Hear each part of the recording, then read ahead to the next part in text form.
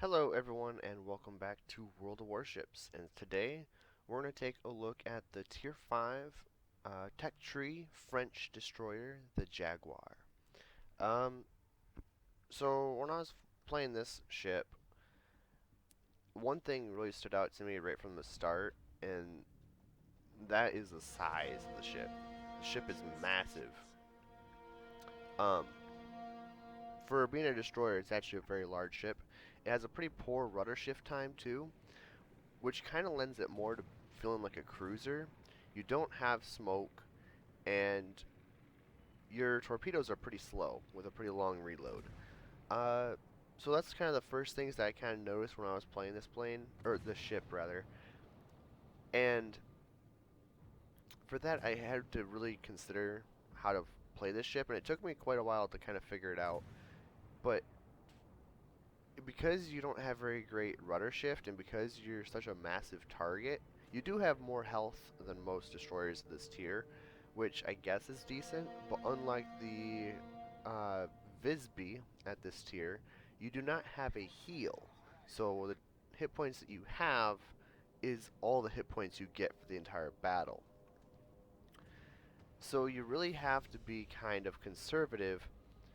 Um, And you do have a pretty decent top speed, but just because your rudder shift is so poor and you are such a massive target, you really don't want to be getting shot at, honestly. I mean, you don't want to be getting shot at in any destroyer, but especially this one, just because you really can't take the punishment very well.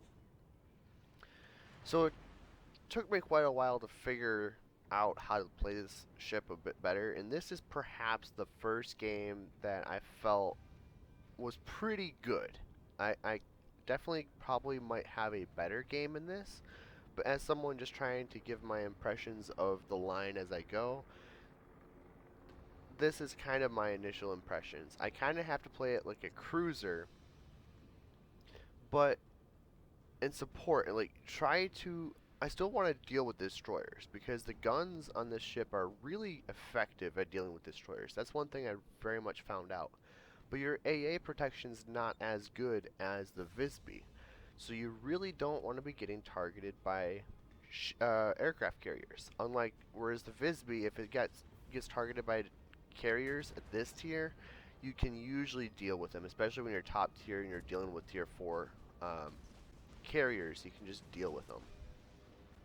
I launched my torpedoes, and just like the Visby, you can actually stealth fire your torpedoes pretty easily because it is further than your detection range. But the torpedoes are slow, but it kind of makes up for it because they're such long range and hard hitting torpedoes that they are pretty good torpedoes, and you'll get some pretty good damage with them. And as you can kind of see, I'm sort of playing it like a cruiser. I am literally shooting at a cruiser with this thing. But I'm not really seeing a whole lot of destroyers, and there's two cruisers over there. Don't really want to go over, but we land a torpedo hit. So I guess by firing my guns, I was hoping that he would try firing back at me, because if he was, then it's likely that he would stay broadside and eat those torpedoes. And even though he didn't really fire at me, it does seem like it was effective enough into keeping him going in one line, and we take him out. So it's a pretty good start. 5,000 damage and 1 kill at this start of the game. Pretty good start. Pretty good start. So we have only 2 destroyers on their team. They've got one by the C cap and one by the B cap. So I'm being mindful of that right now. There's no way on earth I can go and deal with them effectively right now. And that's another thing you got to realize. Your detection range is 7.2. So brawling with destroyers is effective, but they will see you before you see them, unless you play it right. So I want to, if I am going to engage destroyers, which I do want to do at some point in this battle, and in most battles, I want to get rid of the destroyers. This thing has the firepower to deal with them. But I need to make sure that I put myself into a situation that's favorable, that my detection range is not going to be a hindrance for me and allows me to still get in and engage with the destroyer. So right now those destroyers are definitely not available to be shot at, and I don't really see a whole lot of opportunities. Our destroyer is capping C, which is great, and I'd love to support him as best as I can. But I do see a Mutsuki, and he's at B, so it looks like I'm going to start heading over to the B cap. And we're going to try to at least put pressure on the Mutsuki. He's got an island there, and the way that he's angled in, he really cannot escape very easily. So my detection range, and he's in a smoke screen, so his detection range is poor. Um, so I think this is a favorable odd for me. He cannot escape, he doesn't know I'm coming, and there's not a whole lot of support from his team in the position that he's currently in. So we're going to go after that Mutsuki. Now is an opportunity to deal with him. Plus the Mutsuki really does not have a whole lot of armor, so my HE shells are just going to obliterate him. We're going to activate the speed boost to try to get there before he can escape, because now he's captured the circle. So I might have approached this circle a little too late, but the smoke screen is still there, and I feel like it's possible that he's still there. And yes, as we can see, there's still another player on the cap circle, so I'm not gaining any capture points, which leads me to believe the Mutsuki is actually there. The way I am right now, though, I can't have any escape either. So he's actually kind of angled in a way to escape, but I don't have that luxury. I'm not exactly positioned in the best way. But my detection range was not a hindrance because we spotted each other at the same time. So we're going to start dealing with this Mutsuki the best we know how. Oh, and there's a Congo. I'm pretty sure it's basically a Congo. And the Congo thankfully hasn't hit me. Oh, I spoke too soon. Okay, so he put a shot into me, which is fine. We still have a lot more health than other destroyers of this tier, so it's not too bad. But the firing angles on these guns are actually pretty bad. I don't know what I'm shooting torpedoes at right here, but sure, if anything tries to come after me from that direction, hopefully I'll hit them. Maybe that destroyer I'm hoping to hit. I don't really know why I shot torpedoes there, but I did. And the Mutsuki got away, but it's not a big deal. I mean, I would have loved to take out the Mutsuki and gotten here a little bit when he was out of position a little bit more, but unfortunately that was not to be. But it's not a big deal because he's not going to get much points from capture point B because I'm taking capture point B from him. If he'd fired at me and reset me, that would have been annoying, but he never did, so we're just going to keep firing at him instead. We put one shot in, or two shots into him, but he doesn't really want to engage us. He knows that the Jaguar has pretty good guns, and he really doesn't want to deal with us. The Mutsuki doesn't have the greatest guns either. There's the T-22 though, and he's on low health, I mean half health, so we're going to try to deal with the T-22 as well. But I don't want to be, this is no longer favorable odds. I'm getting shot at by both destroyers, plus that battleship. It was pretty scary. So we're back into a position to deal with the Mutsuki. And we put the island between us and the other two players. So now it's back to a 1v1 engagement, which is favorable again. And the Mutsuki doesn't like those odds, so he runs away, as he should. We got a Congo. I don't think I'm going to hit him because the island is right there. And I don't have smoke screen. This is kind of a misplay. But I'm not getting shot at right now, which I appreciate. You know, that Congo could be firing at me, but he hasn't. The destroyer is firing at me, put one shot into me, but I mean, it's a Mutsuki. He's not going to do the greatest amount of damage. Oh, the Congo. That was painful. So yeah, that was kind of a misplay. I kind of ran into the island. Perhaps I should have gone along the other side of the island to maintain speed, but I mean, it is what it is. We got a carrier coming after us now, and we are ahead on points, and we are also ahead on kills, but not by a great deal, and so this game could still go in either direction. We're going to keep firing at the T-22 and try to just support our team. Actually, I'm the only team over here, basically, so This really is not the greatest odds, but I really want to take out their destroyers, and both of their destroyers are over there. I just worried about that Congo. Um, Looks like I'm going to start to try to fire torpedoes at him and just hope for the best. Because if I look, one trick that I saw people tell me is if you look at the mini map, there's a straight line in front of the enemy ship, and it shows the direction that that ship is going.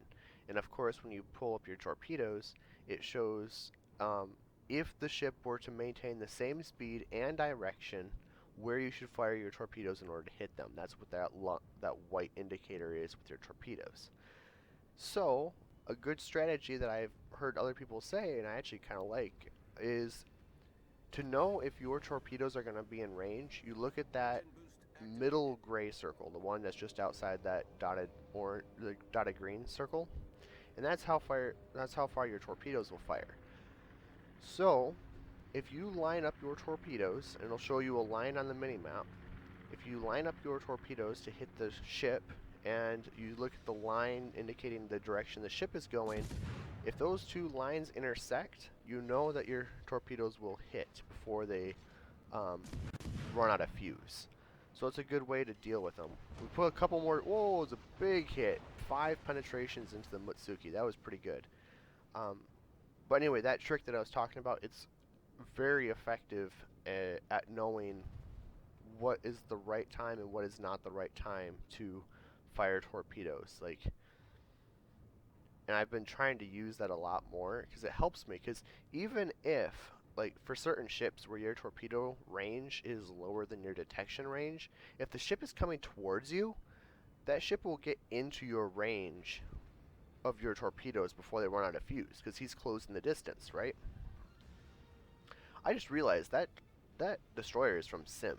Way back in the day, World of Tanks, that clan had won some pretty big tournaments and engagements. So, as far as I'm aware, that's a pretty decent player. I don't know how good they are in World of Warships, but I have actually seen them in World of Warplanes as well when I played that for a while. So, they're a very diverse clan, I guess. But for all intents and purposes, he's not a stupid player. Um, but we almost took out the T-22. The Mutsuki has almost no health. I'm getting shot at. But if I can take down these 2 destroyers, it's going to be a big help for our team. There's the Mutsuki. We're going to fire, and boom, double strike. That was cool. We took out both the destroyers at the same time. We're at 3 kills, and we've prevented them from capping B. We fired torpedoes, but it looks like thankfully I'm going to get away. We're going to fire torpedoes at the Congo. He's shooting at me. Airplane was firing at me as well. Whew, that was risky, but because we have more health than most destroyers, I'm not dead. Whereas in most destroyers, I would be dead at this point. But I think I'm going to kill this Congo as well with torpedoes, so it's kind of a triple strike. We got 3 kills in a short period of time. Whew, that was stressful. But at this point, we're really not going to lose, but I had to show this replay because that engagement was really cool. It really showcased the brawling capabilities of this destroyer against other destroyers because we were able to take out both of their destroyers kind of simultaneously. They were firing at us and dealing with us and trying to coordinate against us the whole time with a Congo supporting them. So it was like a 3-on-1 engagement on that flank for a while, and we took out all 3 of them. So it wasn't like we took them out one at a time. No, we took them all out at the exact same time, basically. So this ship is very strong once you understand its limits and understand where its strengths are. Now, if you look at the damage total, it's really not that much, but you do have to realize we basically did the vast majority of hit points to both of their destroyers. The T-22 seems to have taken some damage from something else earlier in the battle, but he still had a good amount of health when we engaged him. The Mutsuki, though, took almost no health or no damage from us, or before. So, yeah, our damage totals are low, but we've had a pretty significant impact. We've taken out key players, taken out key ships, we're in the key locations, took caps. This has been an effective battle. 17,000 spotting damage is not terrible. It's not that great though, and you can kind of see that this destroyer really, that's not where its speciality is at. It's not in getting spotting damage. It's really in the torpedo damage, which is pretty high, and your guns, which is also pretty good. You are a very mobile cruiser with powerful torpedoes. And as long as I think of it like that and accept that reality, I generally have a pretty good time. I'm debating whether to fire, and I'm just going to fire because he's on low health. It could give me my Kraken. I don't think the planes are coming after me. You can see the planes are not, and even if the planes do come after me, he's got his dive bombers, which I'm not afraid of. I'm not afraid of dive bombers. If he gets one hit, I'm dead. But also, I put a fire in this Koenig, so as long as that Koenig doesn't... Oh, he damage conned it. Okay. Well, if I put another fire on him, he's dead. Looks like the Langley is attacking him, though. So the Langley is likely going to kill him. There's no way the battleship was going to fire at me. I was not a valuable target for him. I was too far away for him to effectively deal with me. But this carrier is a problem because his secondaries could kill me. His planes could kill me. But why his planes did not come after me earlier, that was a big misplay on his part. He should have targeted me to take me out when I was on this low of health. We fire our torpedoes to see if we can get them. And I don't know if HE or AP is better in this situation because it is such a lightly armored carrier. But if I get a couple Citadel pens, it could be pretty powerful. He's slowing down, so I kind of missed up the... And yeah, okay, he finally targeted me with the rocket planes, but it doesn't matter. We hit him with the torpedoes. So, with that being said, let's take a look at the post-battle results. So as you can see, this battle was by no means a high damaging game with just under 40,000 damage, but we did get 5 kills, a double strike, took out both of their destroyers, took out a battleship, and kind of single-handedly held off that entire flank. Because if you saw that most of the battle, the bulk of the engagement was it the C cap? I think it was the C cap, and the A cap was where the destroyers in the Congo were, and I was. But it was me versus 3 ships, basically. I wasn't getting a whole lot of carrier support either. And of course, I even got attacked by the carriers a couple times. So the ship is very powerful if played correctly and in the right situation. But it's a very delicate ship, and it's very fun, but you can't play it like a Visby. Like I was trying to play it with like a Visby for a while, and you cannot play it like a Visby. It is its own ship, own play style. Think of it as a mobile cruiser with little health and good torpedoes. Like they're slow torpedoes, but they hit really, really hard. And if you play it like that, like a hybrid between cruisers and destroyers, I seem to have pretty good success in it. But yeah, this was a fun battle. It was fun. It was engaging. Looks like it's just a flesh wound as well. So some fun achievements, and we just did what we needed to do in order to win this battle. If I had not had the contribution that I did, I feel like we could have still won, but it would have been much harder. And honestly, if I didn't have the impact in this battle that I did, when I did, I feel like it could have very easily been a loss. Even though we still had a lot of ships at the end, it's just because we were contributing as the battle was progressing. But they had the cap. If I hadn't retaken that cap, and if they had taken the A cap uncontested, it's very possible that we would have lost due to points, if nothing else. So yeah, this was a fun match. And let's take a look at the next screenshot. We did not actually get the most experience on the teams, which leads me to believe that Texas, whatever the Texas was doing, could have actually won the game. I don't know how much health he had left, or I'm really not even sure where he was. But yeah, the Texas had a pretty monster game. Experience-wise, we still had almost 500 experience more than the third place player, but he had about the same amount more than me. So the Texas definitely carried his weight. He got 28 plane kills, 2 kills. I don't know what he was doing, but I guess he was dealing with the ships that I couldn't deal with, right? He was dealing with their battleships, he was dealing with their cruisers. He took out, I think, one of the carriers, but I don't remember.